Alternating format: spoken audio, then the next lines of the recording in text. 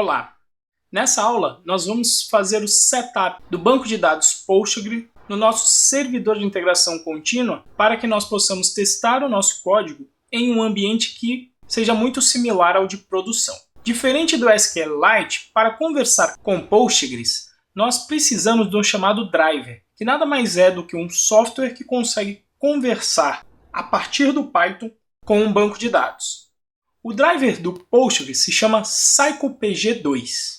Nós vamos então instalar a sua versão binária, que já vem com todo o aparato necessário para conseguir se comunicar com o servidor. Portanto, a primeira coisa que nós faremos será rodar o pipenv install cyclepg2-binary. Uma vez instalado o driver, nós precisaremos instalar também o Postgres no nosso servidor de integração contínua. Para fazer isso, nós vamos acrescentar duas diretivas aqui no nosso .travis.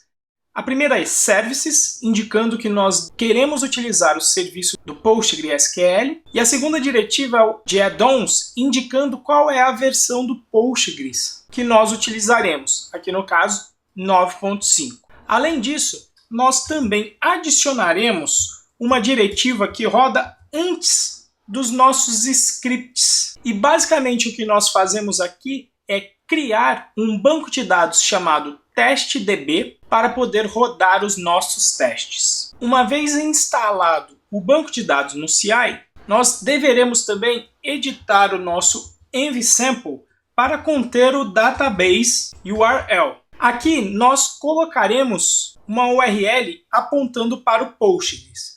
Então, você deve começar essa URL com Postgres,